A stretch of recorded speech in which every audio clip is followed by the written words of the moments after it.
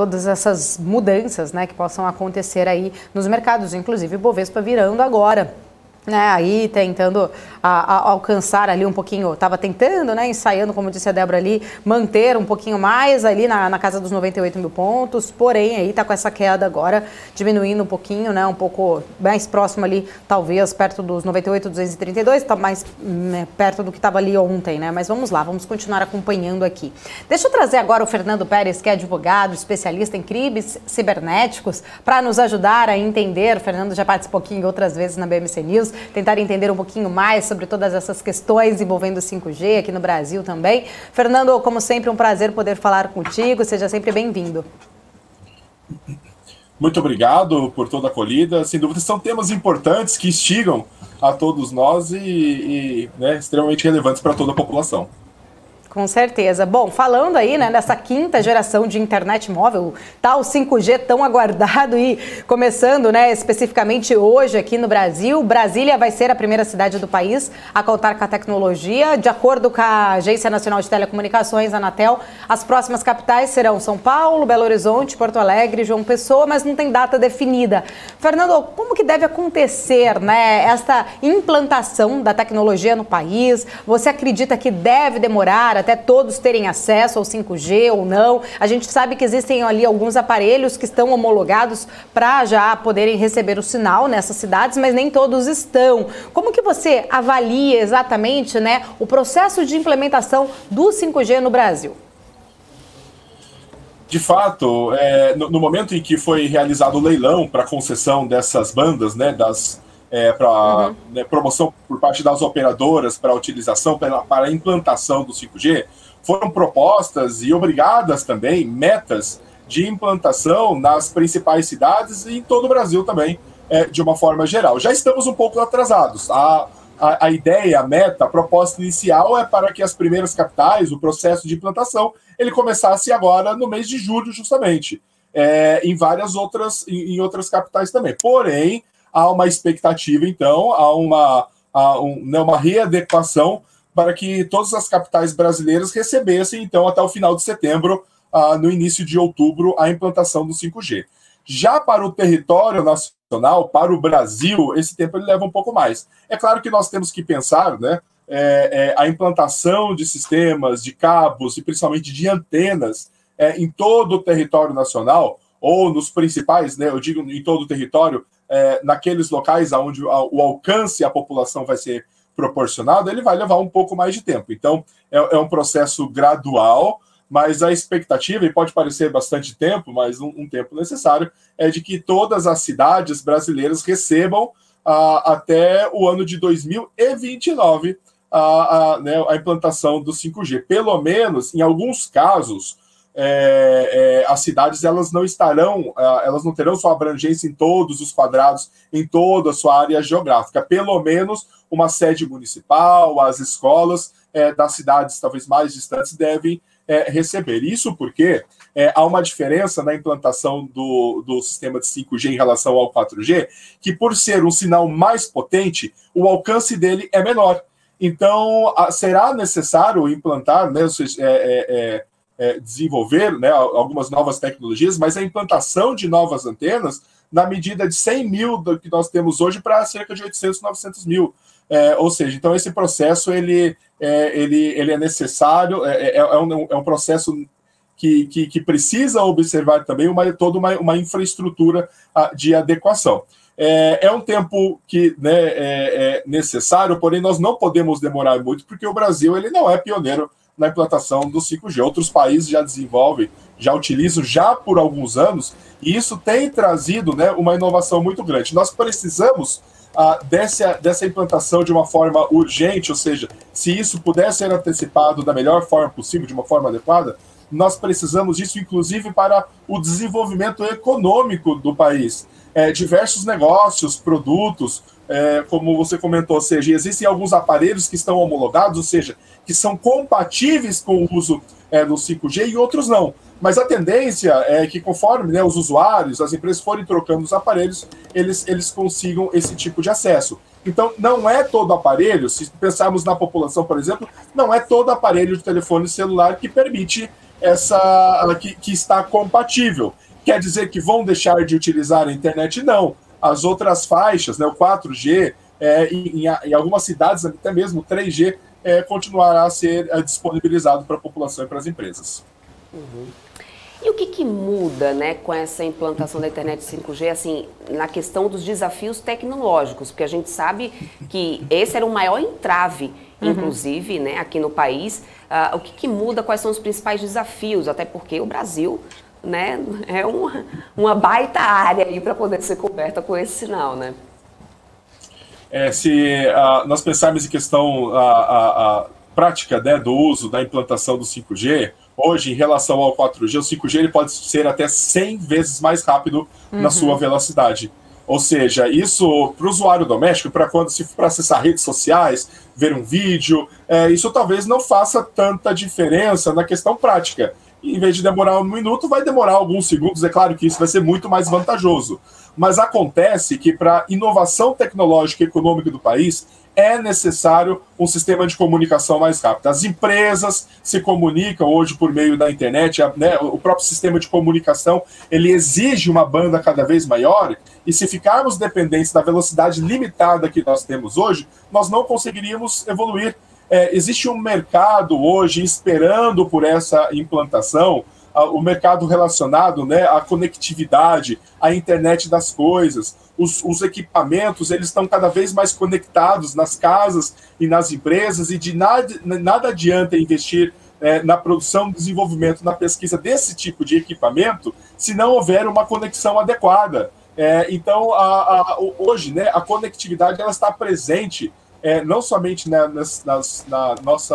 no uso do dia a dia, né, mas por exemplo, na frota de uma transportadora, no profissional que utiliza a internet, né, fora ou dentro do ambiente de trabalho. Nós falamos do ambiente doméstico, ou seja, os equipamentos, a lâmpada, a televisão, a geladeira está conectada à internet, e isso tudo aumenta a necessidade de um acesso mais qualificado. Então, isso vai impactar diretamente, e o Brasil está aguardando, ou seja, muitas empresas, a economia está aguardando, como você muito bem disse, por essas transformações, por essa implementação, e digo mais, sem esse tipo de transformação, sem essa transição, nós ficaríamos estagnados em muitos dos processos, em muitas das inovações tecnológicas. Hoje eu preciso de um equipamento no meio do campo, no meio de uma fazenda, para fazer o controle do rebanho ou o controle da plantação, por exemplo, e eu tenho essa conectividade, é muito difícil. E compreender todo o território brasileiro no aspecto de infraestrutura vai continuar sendo um desafio. Uma das diversas metas que foram impostas, né, planejamentos que foram impostos no leilão, na concessão dessas faixas, foram como, por exemplo, proporcionar, ou seja, a implantação de antenas e de acesso nas estradas do Brasil, em escolas, né, principalmente no Norte e no Nordeste. Até alguns dias atrás, nós comentávamos sobre a vinda do Elon Musk aqui ao Brasil para uma eventual disponibilização dos seus satélites para o acesso à internet, ou seja, compreender fisicamente, colocar uma antena em toda a parte do Brasil ainda continuará sendo um desafio. Em algum momento, esse processo de implantação de conectividade para a população, para as empresas e principalmente para usuários, né, mais distantes, ela vai precisar ser pensada também por meio de satélites. Mas a implantação do 5G agora, ela é esperada para justamente destravar, né, diversas inovações tecnológicas e econômicas aqui no país.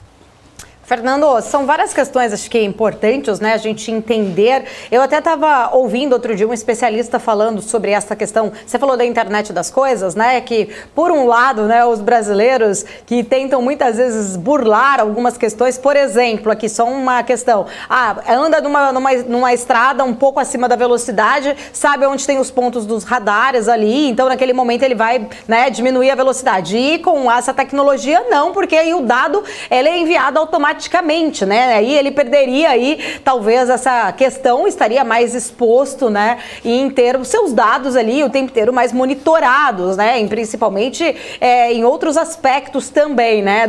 De ter ali sendo monitorado ainda mais. Queria entender, pegando um pouquinho mais a questão da segurança dos dados, né? Essa preocupação, principalmente, que o 5G traz em cima dessa preocupação, até porque existe uma investigação em andamento, em cima de uma denúncia que aquela empresa, né, a chinesa, a Huawei, poderia roubar até dados das pessoas através do 5G. O Brasil até ficou numa saia justa no passado ali, por conta de China e Estados Unidos, né, falando especificamente contra a companhia chinesa, que na verdade o interesse é realmente monitorar os dados. A própria Huawei e a China negaram essas acusações, mas eu queria entender especificamente quais são os riscos, né, que esse tipo, talvez, de tecnologia pode trazer, se a gente pode esperar aí, de repente, um aumento dos crimes cibernéticos também ou não, se é segura, se traz vulnerabilidade digital, para você explicar um pouquinho mais agora para a gente, não só dos benefícios, mas dessa outra questão.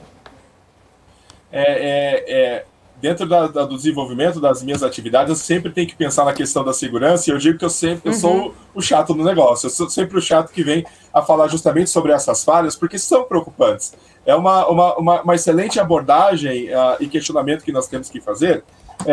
Isso tudo vem para o nosso bem, mas existe uma máxima do direito que diz que vigia os vigilantes, ou seja, que garantia que eu tenho que os órgãos, as empresas, as pessoas que tiverem os nossos dados vão tratá-lo, né, da maneira adequada. E não é porque há uma legislação como a LGPD, a Lei Geral de Proteção de Dados Pessoais, que há uma garantia implícita de que eles vão tratar os dados da maneira correta e até mesmo, como você citou, de uma forma mais abrangente, ou seja, existem empresas internacionais que têm acesso, que capturam, que de fato até mesmo confirmam, né, confessam que têm os nossos dados. Os Estados Unidos, ele é um país muito preocupado com essas questões, até mesmo dirigentes, a filha, né, do dono de uma das maiores empresas chinesas foi presa justamente sobre a acusação de que os aparelhos, os celulares, eles capturavam informações dos norte-americanos, assim como, né, de usuários de vários outros países, e utilizavam essas informações. Existe agora, com toda essa conectividade com a internet das coisas, existe um processo também de implantação e desenvolvimento de cidades inteligentes. Ou seja, além da casa inteligente que nós temos, ou seja, né, os equipamentos eletrônicos, elétricos agindo de forma organizada, nós podemos organizar por meio de sistemas informáticos e de internet, né, de acesso com alta conectividade, uma cidade toda. Então, assim, um sistema, um software, ele poderá organizar, né, 80% a 90% da administração da infraestrutura de uma cidade, como o tráfego, iluminação, distribuição de saneamento, por exemplo, distribuição de água, de luz, segurança, inclusive. E você mencionou as câmeras, ou seja, onde eu poderia ter uma câmera, talvez a cada quilômetro, a cada alguns quilômetros, eu posso ter uma câmera hoje conectada à internet, né, em tempo real, talvez algumas dezenas de metros, algumas centenas de metros. Então, esse processo ele pode passar de um sistema de monitoramento de velocidade, né, e como consequência, né, aplicação de multas, para um monitoramento, né, integral, um monitoramento contínuo de carros e de pessoas. Então, o carro ele vai conseguir ser identificado ou pela placa, ou porque ele vai ter um chip instalado nele, isso já de fábrica, e não é coisa do futuro, porque isso já acontece, mas diversas características podem ser identificadas. Então, por exemplo, um sistema como esse, ele pode acompanhar, ele pode monitorar todo o trajeto de um carro e de uma pessoa também. Esses sistemas de segurança nas cidades inteligentes, eles vão permitir, por exemplo, câmeras com reconhecimento facial. Então, nós vamos sair na rua e essas câmeras estarão presentes não só nos centros urbanos, mas nas periferias também, ou seja, né, elas serão essa infraestrutura de câmeras também vai ser ampliada. Então, nós vamos sair de casa, o sistema ele vai saber. E há um questionamento muito importante que ainda não foi resolvido e eu não digo só pela legislação, mas sobre as práticas de condutas que devem ser implantadas desde já, mas uma discussão sobre até onde a nossa privacidade ela pode ser aberta, até onde nós podemos abrir mão da nossa privacidade em benefício da segurança pública. E eu não estou dizendo o que é certo ou errado, mas é um questionamento que nós temos que fazer.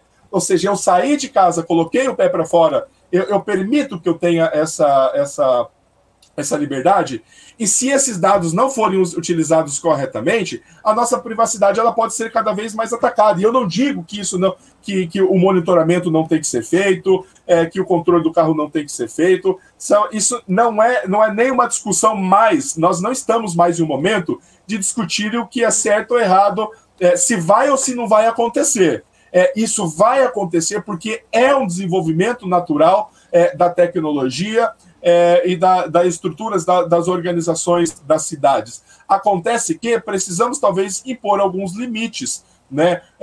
E isso acontece, e nós já abrimos mão de muitos dos nossos dados quando utilizamos celular, quando utilizamos redes sociais, quando utilizamos a internet. Então, a legislação ela tem que ser melhor aplicada. De fato, eu concordo que é uma preocupação muito grande sobre a nossa privacidade, mas isso vai acontecer. Eu não questiono mais hoje se nós temos a oportunidade de evitar que isso aconteça. Isso vai acontecer, mas temos a oportunidade de discutir e evitar que esses dados sejam utilizados de uma maneira incorreta. E digo novamente, quem vigia os vigilantes? Que garantia que nós temos que as empresas, que os órgãos terão uma utilização adequada dessas informações. Porque, né, você citou aí na lei LGPD e a gente tem aí uma lei, né, uma legislação, e a gente vê que ainda existe aí muitas empresas que acabam burlando, né?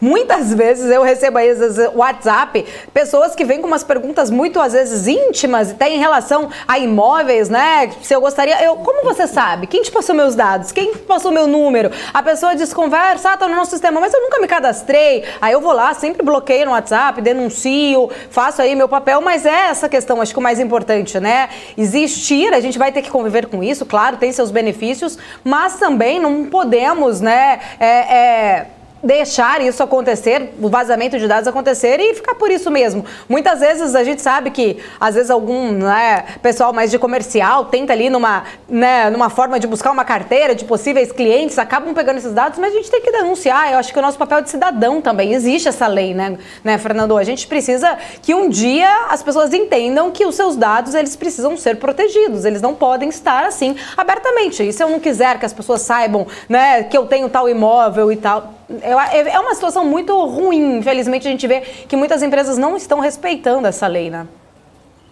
Olha, há uma estimativa de que mais de 70% das empresas do Brasil não possuem uma adequação mínima em relação à LGPD. E eu não digo,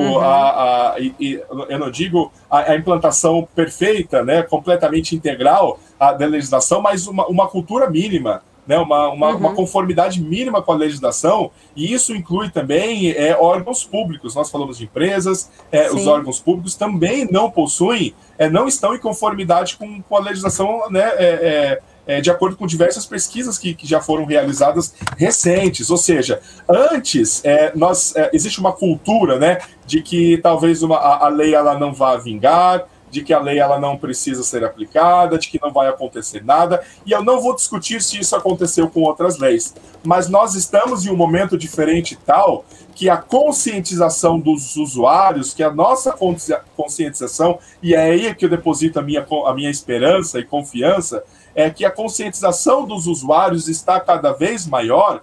E nós estamos exigindo também um pouco mais das empresas esse processo ou seja, esse respeito aos nossos dados. Essa indignação de que você compartilha, né, ela é também identificada, né, compartilhada por uma maioria de todos nós. Ou seja, nós estamos, a partir do momento que inicialmente ficamos incomodados com isso, nós despertamos, né, essa consciência de que os meus dados são importantes.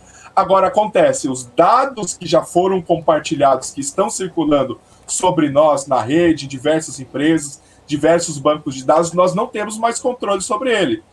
Para que tudo isso vire um caos, basta a gente continuar fazendo o que estamos fazendo, isso do modo geral, eu digo, né? Compartilhando dados em excesso, não conhecendo a fonte, não conhecendo a empresa, às vezes o site com quem a gente compartilha. Então, a obrigação, existe uma lei, existe responsabilidades, mas felizmente ou infelizmente a responsabilidade maior é nossa. E eu digo o seguinte, as empresas que respeitarem os dados pessoais e tiverem essa consciência, não somente porque existe uma lei, mas porque dão importância aos nossos dados pessoais, elas terão muito mais valor num futuro médio, num futuro, né, próximo, do que aquelas empresas que não fizerem isso. Não porque existe uma lei, mas porque sabem que os nossos dados são importantes. E imagine só, existem diversos impactos que esses vazamentos eles podem causar. Criminosos hoje conseguem encontrar lá na Deep Web, né, na internet obscura, e que não é tão difícil de acessar, ou seja, alguém com conhecimento mínimo consegue ter acesso, identificar essas páginas, consegue comprar, por exemplo, por 50 ou 100 dólares, um cadastro de mais de 130 milhões de usuários do Brasil, mais de 130 milhões de brasileiros, ou por 100, 200 dólares, um cadastro com 100 mil dados de cartão de crédito, ou seja, com alto rendimento, ou seja, com limite mais alto.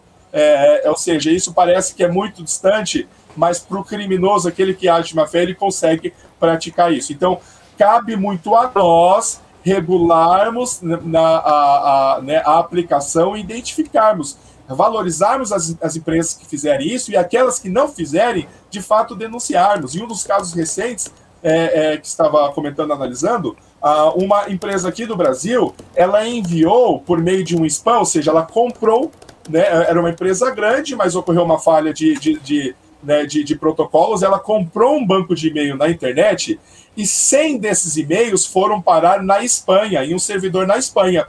A Autoridade de Proteção de Dados espanhola, ou seja, aplicou uma multa de mais de 100 mil euros para essa empresa que possui negócios em outros países, ou seja, se ela não pagar essa multa, ela ficará impedida de atuar, né, naquele país e talvez na comunidade europeia. Então parece algo distante, mas essas coisas acontecem e cabe muito a nós, né, para que a lei ela seja prática e efetiva, a nossa fiscalização também. Tá certo. Fernando Pérez, advogado especialista em crimes cibernéticos, sempre aí nos ajudando a entender essas questões importantes. Muito obrigada por participar aqui com a gente, né? Tentando nos ajudar a entender esse dia aí também, essas mudanças. Fica aqui o convite para voltar em outras oportunidades. Muito obrigado por todas essas informações que são relevantes e importantes e desejo a todos uma excelente semana. Muito